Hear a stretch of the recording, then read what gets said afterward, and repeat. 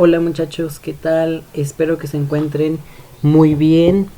Y bueno, vamos a comenzar entonces con este nuevo tema que es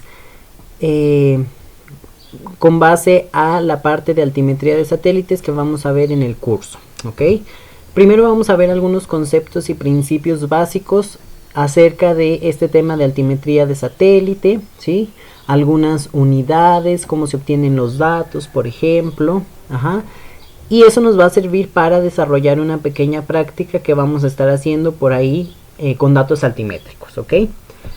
Entonces, dentro de los conceptos generales vamos a definir la altimetría por satélites. Ustedes por ahí, si ya llevaron la materia de topografía planimétrica y altimétrica, ya debieron de haber visto una parte de lo que es la altimetría, ¿sí? La altimetría es aquella técnica que nos va a ayudar a medir alturas del territorio, ¿ok? Usualmente ustedes lo hacen pues con un nivel, ¿sí? Con unos estadales. Y en este caso, esta altimetría en conjunto con un sistema de satélites nos va a producir lo que es la altimetría por satélites, ¿sí? En la altimetría por satélites vamos a manejar el mismo concepto general de la altimetría, ¿sí? Va a ser una técnica que nos va a ayudar a la medición de alturas, pero en este caso esa medición se va a realizar desde un satélite, ¿sí?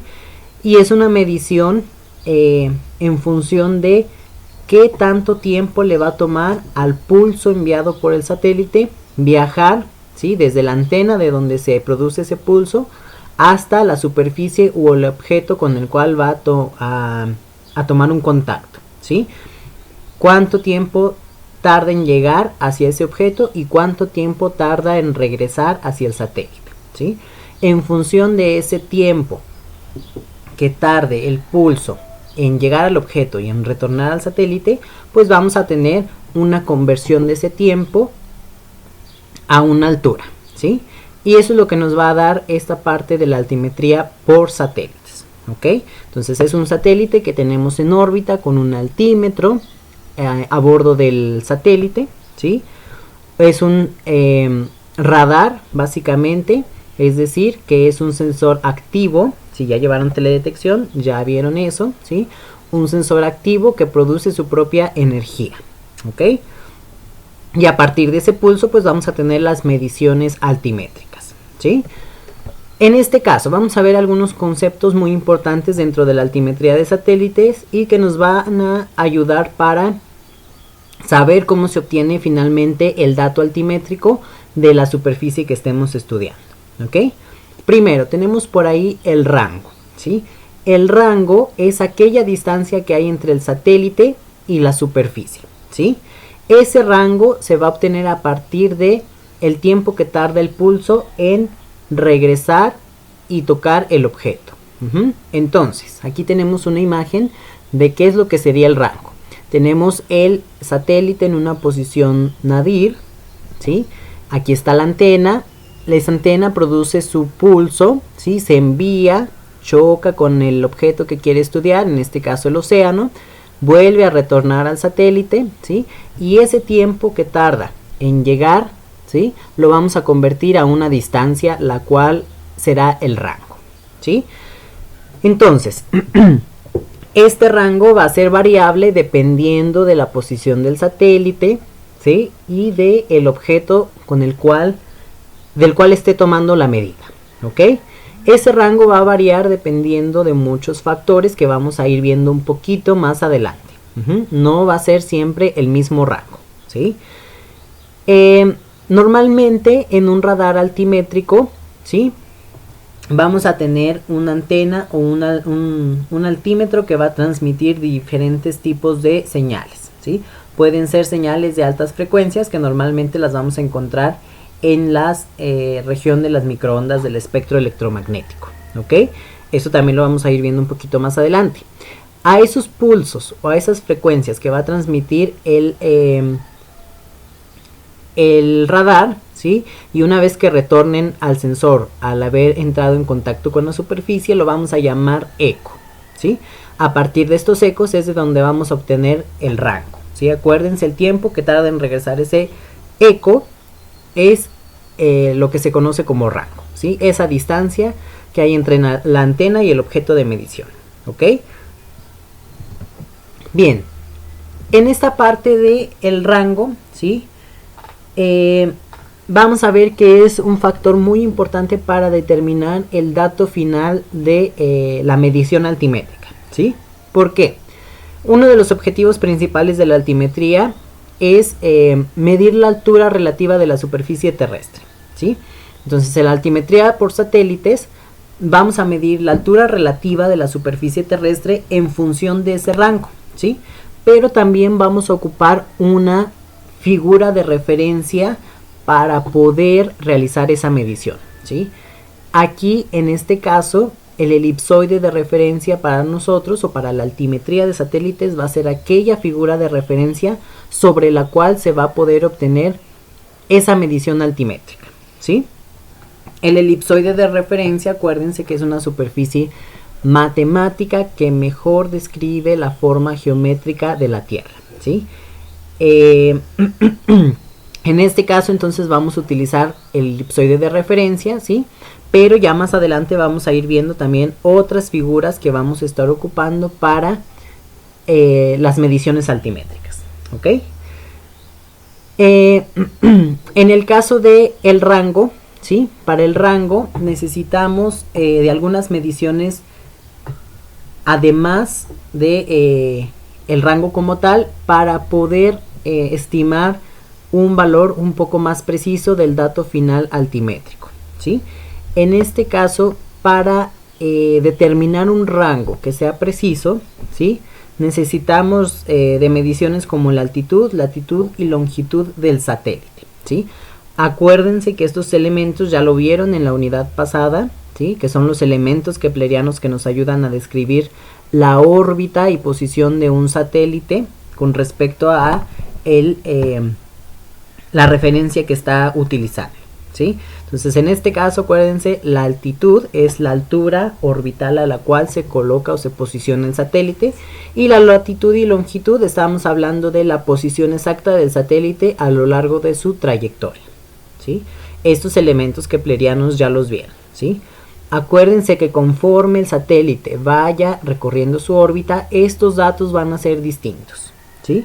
Entonces, si utilizáramos, por ejemplo, una altitud promedio, una latitud y longitud promedio, pues el rango ya no se calcularía de una manera precisa, ¿sí? Sino que sería el mismo o muy similar en todas las posiciones o mediciones que haga el altímetro, ¿sí? En este caso es muy importante que estos datos sean exactos, ¿sí? Para que el rango pues tenga una precisión y el dato final, altimétrico sea también muy preciso, ¿ok? Entonces el rango es una medida muy importante ya para la medición final altimétrica. Ajá. Tenemos aquí de esos elementos keplerianos que nos van a ayudar a describir la órbita del satélite altimétrico, ¿sí? Y que se consideran parámetros críticos para la medición de la altura relativa de la superficie, ¿sí? Es como les comentaba. Estos elementos keplerianos nos van a ayudar a que ese dato altimétrico final sea preciso, ¿sí? En el caso de la altitud, ¿sí? En el caso de la altitud, ya dijimos, es la altura a la cual se coloca el satélite en su trayectoria o en su órbita. Ajá. Y esta altitud va a depender de otros parámetros, ¿sí? Otros parámetros que pueden ser elementos keplerianos o características aparte de esto, ¿sí? La altitud depende de la inclinación, ¿sí? Acuérdense que la inclinación es la mayor latitud a la cual el satélite puede tomar mediciones, ¿sí? Podemos tener una inclinación de 0 grados, es decir, con respecto a la línea ecuatorial de la Tierra, una altitud de 90 grados, que sería una inclinación, de 90 grados, que sería una inclinación polar, ¿sí? Y una inclinación diferente a 0 y 90 grados, que pueden ser 45 grados, 70 grados, etc., ¿sí? Entonces la altitud va a depender de la inclinación. Ajá. También la altitud depende de otros factores como el arrastre atmosférico y la gravedad, ¿sí? Si la atmósfera tiene cierta influencia sobre el satélite, dependiendo de qué, en qué tipo de órbita esté, una órbita de baja altura, media altura, etcétera, ¿sí? La atmósfera va a tener cierta influencia sobre el satélite y eso va a afectar el valor de la altitud.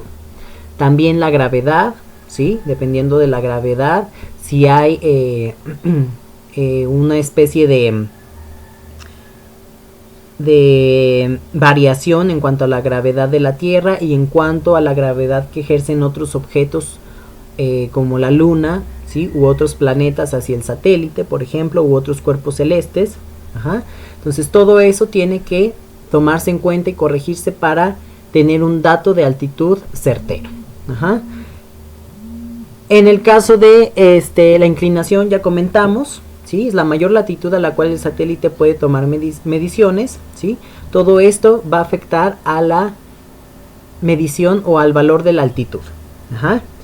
Y el periodo, finalmente. En el periodo tomamos en cuenta cuánto tiempo le va a tomar al satélite pasar por el mismo punto de medición, ¿sí? Es decir, si el satélite altimétrico toma datos de el Golfo de México el día de hoy, ¿sí? ¿Cuánto tiempo le va a tardar en tomar los mismos datos otra vez, ¿sí? Entonces estos tres parámetros van a afectar el valor de la altitud, ¿sí? Que es indispensable para el cálculo del rango. Ajá. Debemos de tener bien en cuenta que estos tres valores deben de estar bien determinados, ¿sí? Porque si no están bien determinados, pues entonces el valor final de la medición altimétrica no va a ser muy precisa, ¿ok? Tenemos por ahí, en función de estos valores, entonces que la altitud de un satélite es aquella distancia que hay entre el satélite y la figura de referencia, ¿sí?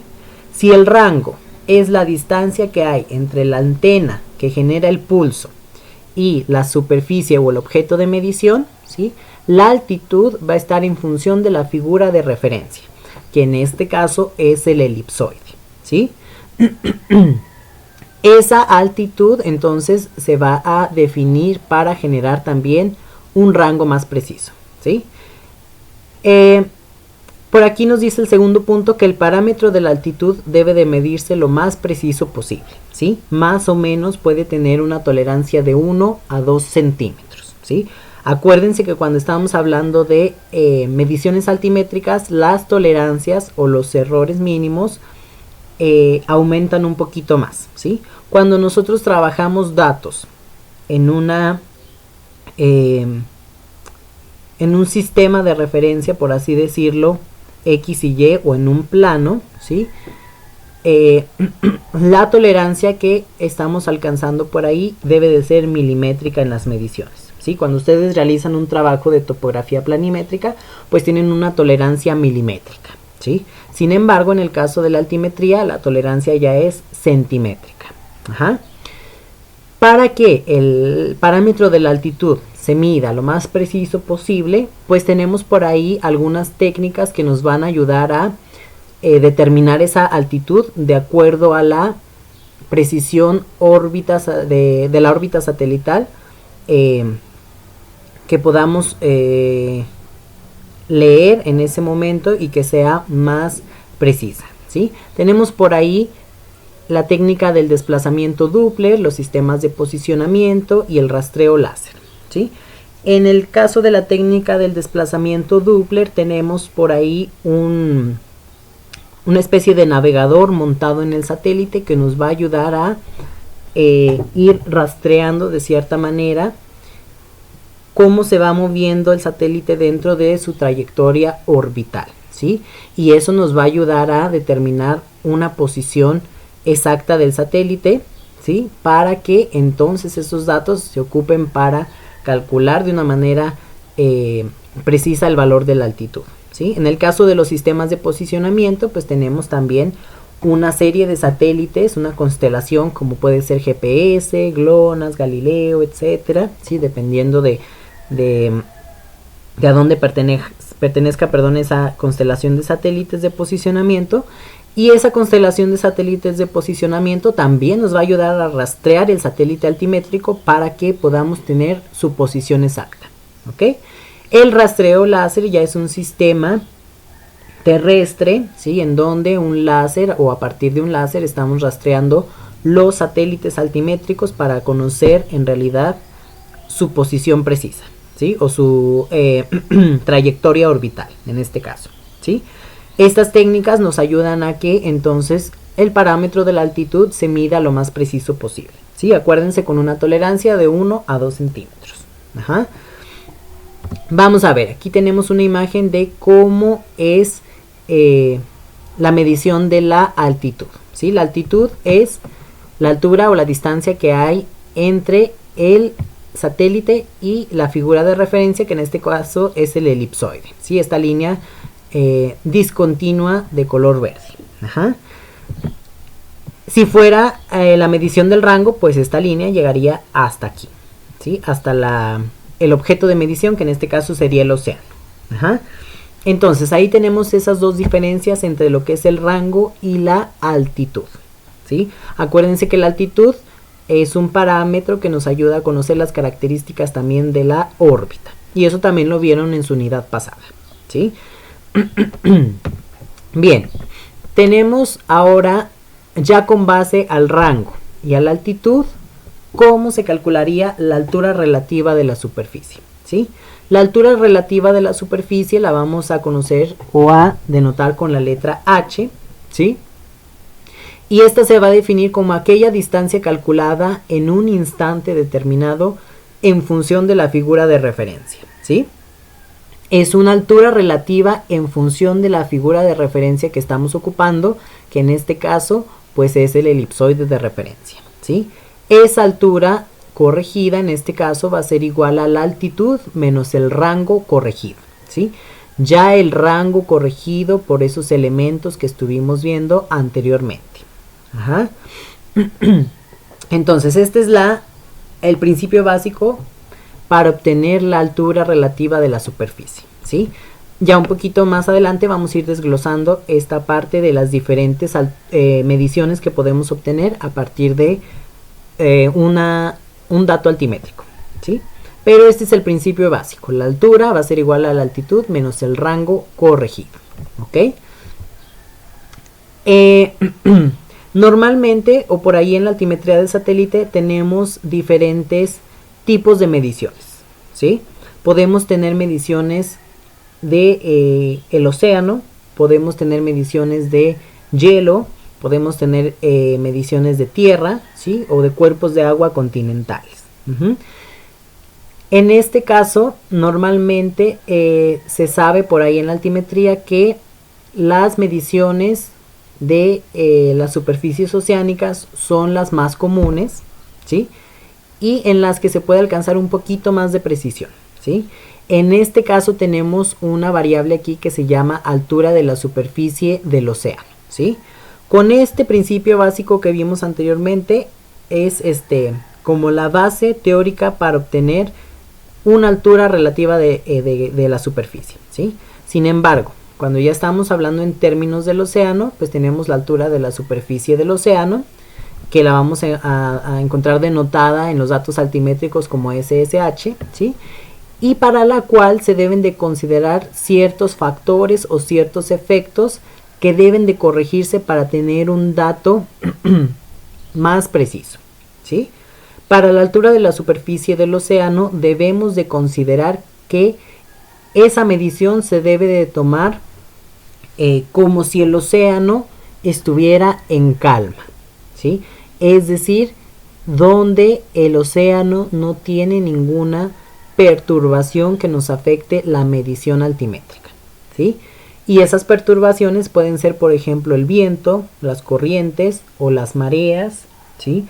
U otro tipo de fenómenos, ¿sí? Entonces, la altura de la superficie del océano es como una medición teórica, por así decirlo, cuando el mar no tiene ninguna perturbación, ¿sí? Eso debe de quedar claro. En este caso y en este tipo de variable vamos a utilizar otra figura de referencia aparte del elipsoide, ¿sí? En el caso del dato de la altura de la superficie del océano, tomamos en cuenta la figura del geoide como la figura base para determinar esta medición, ¿sí? Entonces aquí ya no queda en función del elipsoide, ahora queda en función del geoide, ¿sí? Acuérdense que el geoide es una figura física que describe la forma de la Tierra, ¿sí?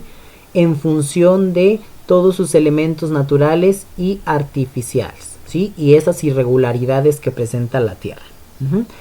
El geoide también se considera como aquella figura de equilibrio que está referenciada según el nivel medio de los mares, ¿sí?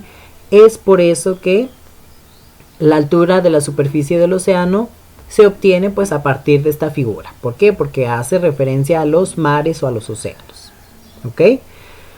Otro punto que debemos de considerar al obtener la variable de la altura de la superficie del océano es que debemos de extraer o de tomar en cuenta ese valor de la topografía dinámica, ¿sí? La topografía dinámica se refiere a la circulación de las aguas oceánicas o todas esas variaciones que va a tener el nivel medio del mar, ¿sí? En este caso la topografía dinámica va a tener dos componentes principales, que es la componente estacionaria y la componente dinámica. En el caso de la componente estacionaria es aquella circulación de las aguas oceánicas, ¿sí?, que se va a dar de manera permanente, es decir, no va a tener ningún cambio estacional, no va a tener ningún cambio dependiendo del viento, ¿sí?, o de otros fenómenos, ¿sí? Esta componente estacionaria se produce a partir de lo que es el movimiento de rotación de la Tierra, ¿sí? Entonces esa componente estacionaria siempre va a estar presente. Y tenemos por otra parte la componente dinámica. En el caso de la componente dinámica, pues ahí ya tenemos la variación de acuerdo a ciertos fenómenos o a ciertos periodos de tiempo, ¿sí? En la componente dinámica, pues vamos a encontrar que esta componente se va a formar por algunos factores como el viento, cómo es que el viento afecta la circulación de las aguas, ¿sí? Los remolinos, por ejemplo, ¿sí?, cómo se crean los remolinos y qué tanto van a afectar el nivel medio del mar o del océano, y las variaciones estacionales, si hay un fenómeno como el Niño o la Niña, qué tanto va a afectar los niveles de los océanos, aumentan, disminuye, algunos fenómenos como las mareas, etcétera, ¿sí?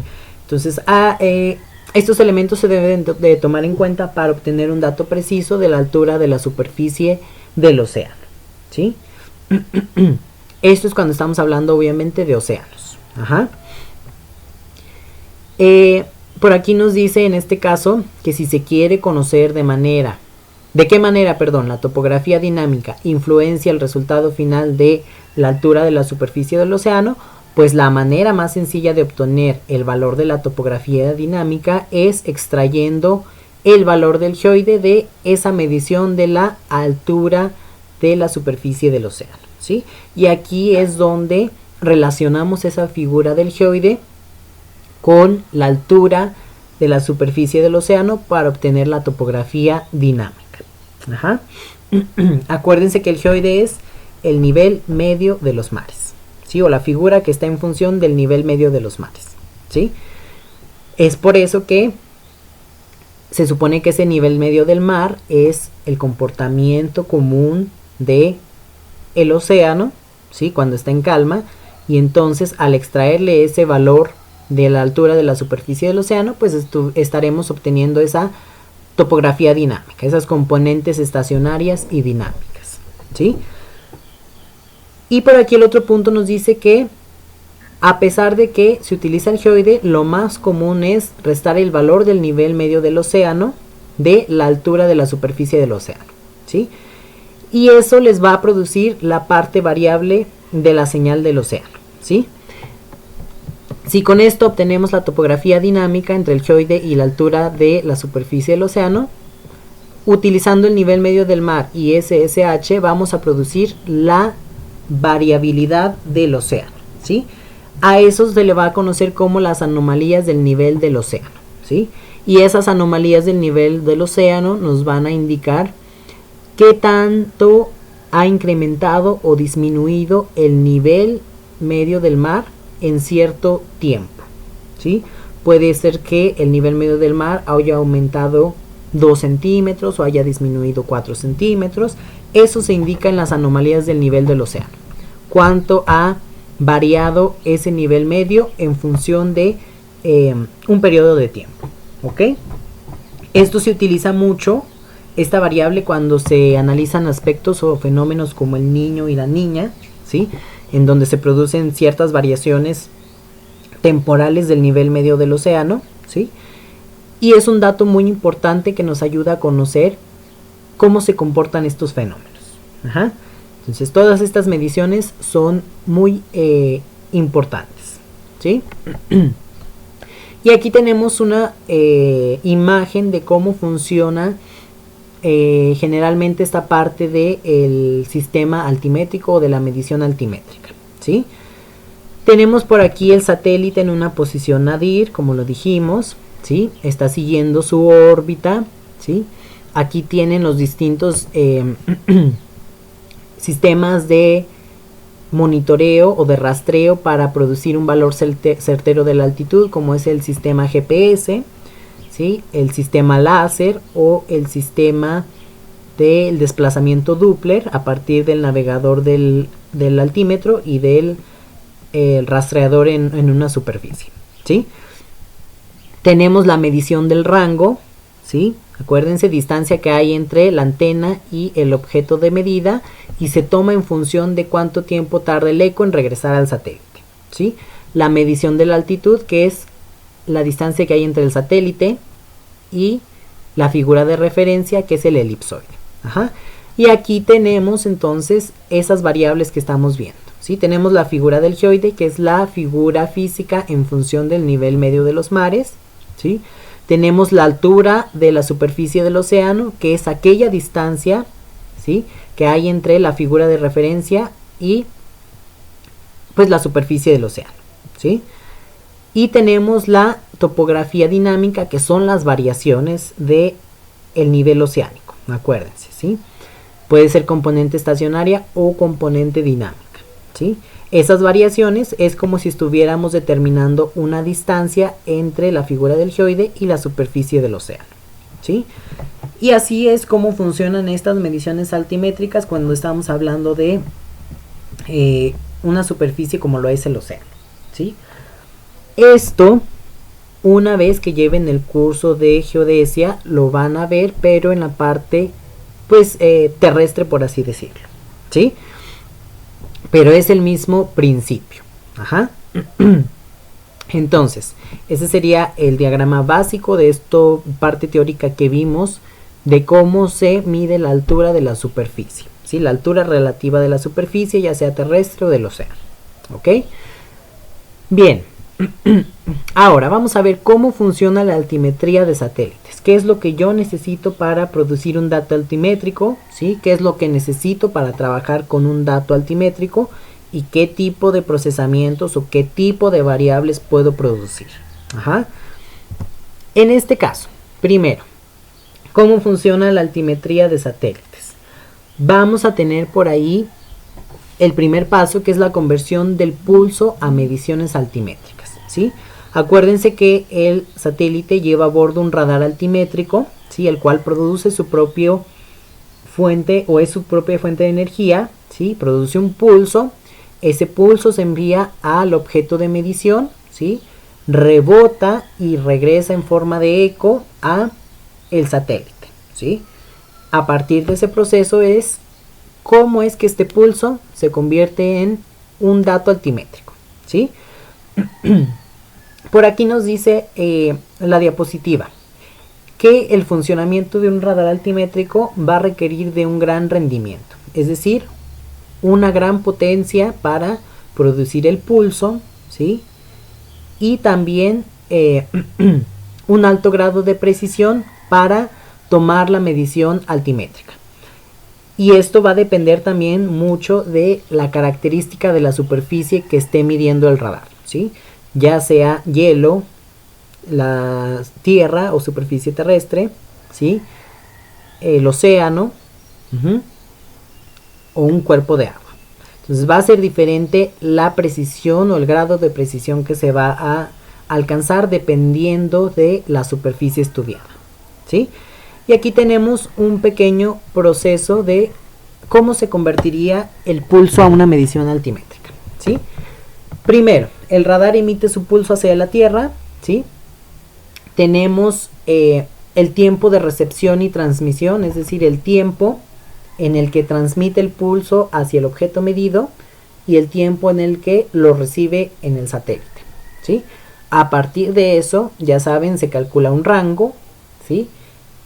También a partir de los datos orbitales o de la trayectoria del satélite se calcula la altitud del satélite en función del rango, pues calculamos la altura relativa de la superficie, ¿sí?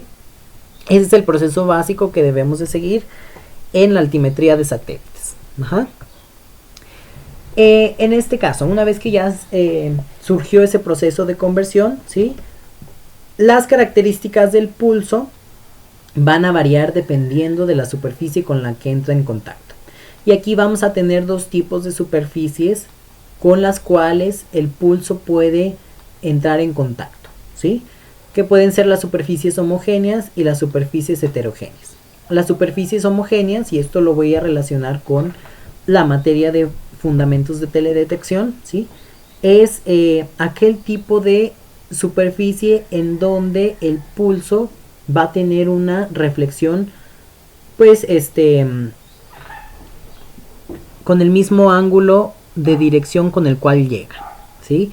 Una superficie, en este caso, especular, ¿sí? Y la principal superficie homogénea para la altimetría de satélites es el océano, ¿sí? ¿Por qué? Porque no tiene tantas variaciones como la superficie terrestre, ¿sí? No tenemos pendientes muy abruptas que puedan afectar el dato altimétrico. Entonces eso sería una superficie homogénea.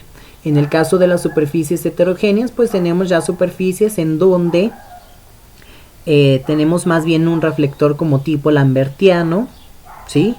En donde acuérdense que llega un pulso y ese pulso cuando rebota se disemina en diferentes direcciones, ¿sí? Y esto se debe a las características del terreno, como lo pueden ser la geometría, que es el caso de la pendiente, el aspecto, ¿sí? La rugosidad, todo eso va a afectar al pulso. Y en este caso las superficies heterogéneas en la altimetría de satélite, pues vamos a considerar que son algunas zonas de hielo, ¿sí? La superficie terrestre como tal, que tienen pendientes muy pronunciadas, los cuales van a afectar la forma del pulso cuando retorne al satélite, ¿sí? Y la afectación de esa forma del pulso pues va a ayudarnos a determinar con qué tanto grado de precisión vamos a tomar el dato altimétrico final, ¿ok? Los mejores resultados, como ya les había dicho, se obtienen sobre superficies homogéneas, en el caso de el océano o los cuerpos de agua continentales, ¿sí? Para la altimetría de satélites es más fácil tomar mediciones oceánicas o de cuerpos de agua muy grandes, ¿sí? Como lo es, por ejemplo, el lago de Chapala, ¿sí? Porque son superficies en donde pues la franja puede cubrir una buena porción de la superficie, ¿sí? En el caso de las superficies que no son homogéneas, como la superficie terrestre, pues las mediciones son menos precisas debido a todos esos factores que ya comentamos. La geometría del terreno, el tipo de reflector, etcétera, ¿sí? La rugosidad, Entonces, siempre va a ser más preciso obtener mediciones oceánicas o de cuerpos de agua continentales que de la superficie terrestre, ¿sí? Eso debe de estar bien claro en esta parte de la altimetría de satélites. El retorno de los ecos o de los pulsos va a diferir con respecto a la superficie, ¿sí? En el caso del océano, normalmente pues vamos a encontrar este tipo de forma de la longitud de onda o del pulso, ¿sí? Que va a tener ahí la parte inicial o la parte más importante dentro de esta región, ¿sí? Y después viene pues la medición altimétrica como tal. En el caso del hielo también va a ir variando ese pulso o ese eco, cómo se comporta la forma de su longitud de onda. Y aquí, si se dan cuenta, es un poco diferente a esta que tenemos acá. En donde la longitud de onda comienza un poco antes que en este caso, ¿sí? Y en el caso de la superficie terrestre es donde vamos a tener el mayor tiempo o el mayor rango registrado, ¿sí? Como aquí lo podemos ver. Y en el caso de la forma de la longitud de onda, pues vamos a tener ahí una forma distinta a lo que registramos para el océano y el hielo, y la variación de los valores pues va a ser un poquito mayor debido a esas características del territorio, ¿sí? Entonces van a ser diferentes formas de las longitudes de onda que van a dictar la precisión del dato altimétrico. Vamos a pasar ahora al tema de las frecuencias usadas, ¿sí? Dentro de la altimetría de satélite tenemos diferentes tipos de frecuencias que se pueden utilizar para tomar los datos. A estas frecuencias, las podemos llamar bandas, ¿sí? Y se van a utilizar en los radares altimétricos. Normalmente las vamos a encontrar en la parte de la región de las microondas del espectro electromagnético, ¿sí? Acuérdense que un radar es aquel tipo de sensor activo que genera su propio haz de energía y que no necesita de otra fuente de energía, ¿sí? Normalmente esos radares pues van a trabajar siempre en la región de las microondas. En este caso, esas bandas o esas frecuencias las vamos a encontrar en esta región, ¿sí? Y aquí tenemos los diferentes tipos de frecuencias que podemos utilizar en un radar. La frecuencia K, X, C, S, L y P, ¿sí? Aquí, a diferencia de la teledetección pasiva, no vamos a ocupar ninguna de estas regiones del espectro electromagnético, como el espectro visible, los infrarrojos, ¿sí? O los rayos ultravioleta. Solamente vamos a ocupar las frecuencias de las microondas. Dependiendo del objetivo de la misión, ¿sí? De las restricciones y posibilidades e imposibilidades técnicas, ¿sí? Es la frecuencia que utiliza el radar altimétrico, ¿sí? Cada frecuencia tiene sus ventajas y desventajas y sus características más importantes, ¿ok? Entonces, normalmente un radar altimétrico funciona nada más con una frecuencia, es decir, con una banda. No es como los sensores de teledetección pasivo, que tienen muchas bandas, ¿sí? Aquí nada más ocupamos una banda, y en algunos casos puede que el radar tenga dos bandas para que sus datos o sus mediciones sean más precisas, ¿sí? Tenemos aquí una tablita con las frecuencias que normalmente se van a utilizar en esta parte de la altimetría de satélites, ¿sí? Tenemos la banda KU con una frecuencia de 13.6 GHz, ¿sí? Es una longitud de onda un poco más pequeña, ¿sí? Puede ser milimétrica, ¿sí? O de tamaños hasta de 1 centímetro, por ejemplo, ¿sí? Y esta banda Q es muy utilizada en los radares altimétricos, ¿sí? Tiene cierta sensibilidad a perturbaciones atmosféricas y por electrones ionosféricos. En este caso, una vez que el pulso se envíe del satélite y traspase la atmósfera, este tipo de frecuencia o este tipo de pulso puede ser afectado por algunas perturbaciones de la atmósfera, como lo pueden ser algunos aerosoles, por ejemplo, ¿sí? Algunas partículas de agua, vapor de agua, no sé, ¿sí? Algunos otros elementos, y cuando traspase la ionosfera también se puede afectar por los electrones que hay en esta capa, ¿sí? Entonces pasa esas capas, llega a la superficie, rebota, se vuelve a afectar, y puede que en ese transcurso del trayecto del pulso, pues la medición se perturbe un poco y haya un poco de error, ¿sí? Tenemos la banda C. La banda C es una longitud de onda un poquito más grande que la banda Q, ¿sí? Por eso la frecuencia es menor, ¿sí? Dependiendo del tamaño de la longitud de onda es la frecuencia que se va a registrar, ¿sí? Cuando una longitud de onda es pequeña, su frecuencia es mayor. Cuando una longitud de onda es más grande, su frecuencia es menor, ¿sí? En este caso la banda C tiene una frecuencia de 5.3 GHz, ¿sí? A diferencia de la banda KU, tiene más sensibilidad por la perturbación ionosférica, es decir, esos electrones que están en esa capa le van a afectar mayormente al pulso, ¿sí? Lo van a modificar un poco. Mientras que en el caso de la atmósfera, los efectos se reducen, o las perturbaciones se reducen, ¿sí? Solamente esta banda va a ser sensible cuando hay agua líquida en la atmósfera, ¿sí? Eso es lo único que va a afectar al pulso en este tipo de frecuencia, ¿sí? Este tipo de banda se utiliza en combinación a veces con la banda KU para corregir esos efectos atmosféricos, ¿sí? O en combinación de otras bandas. Ajá. Tenemos, esta banda C también es muy común en los radares altimétricos y en otro tipo de radares, ¿sí? En otro tipo de radares que nos ayudan a determinar, por ejemplo, elementos de deformación o subsidencia, ¿sí? Etcétera. Tenemos ahora la frecuencia S, que es una longitud de onda ya mayor, ¿sí?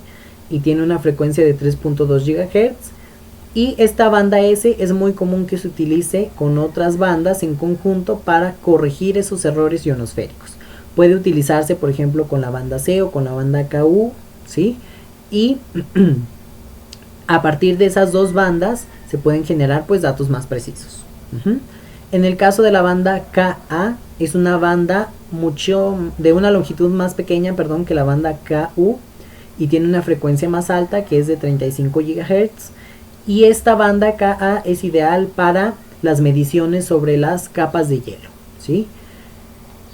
También es importante o es muy útil para medir la precipitación, las tasas de precipitación, que son datos también que se pueden producir a partir de datos altimétricos, ¿sí? Es muy útil también para la medición de las zonas costeras, las masas terrestres y la altura de las olas. Entonces esta banda acá es muy buena, ¿sí? En conjunto con otras bandas, pues hace que los datos sean también mucho más precisos y de mejor calidad, ¿ok? Bien, entonces ya sabemos qué frecuencias se pueden utilizar en los radares altimétricos. Normalmente pues podemos encontrar una banda Q o KA con otra banda, o podemos encontrar una banda C, ¿sí? Para el radar altimétrico que vamos a estar utilizando en la práctica, este radar tiene una banda Q y una banda C, ¿sí? Entonces los datos que genera pues son un poco más precisos, ¿sí? Tenemos otro aspecto de la altimetría, que es la altimetría de satélites de una alta precisión, ¿sí? La altimetría de satélites, ¿sí? Si ocupamos un satélite por sí solo, no vamos a tener una información tan rica como si ocupáramos dos o más satélites, ¿sí? Para lograr entonces que la información que queramos producir tenga un alto grado de precisión, ¿sí? Y que tenga una cobertura espacial que pueda explicar esas variables o ese fenómeno que estamos estudiando, es necesario que utilicemos la combinación de varios datos obtenidos de dos o más radares altimétricos, ¿sí? Esto nos va a dar como resultado pues una altimetría de satélites de alta precisión, ¿sí? ¿Por qué? Porque la zona que vamos a trabajar va a tener una total cobertura, ¿sí? Y vamos a poder explicar el fenómeno o el problema que estemos estudiando de una manera pues más precisa. Ajá. En este caso aquí tenemos la diferencia que puede obtenerse al ocupar varios datos de distintos radares.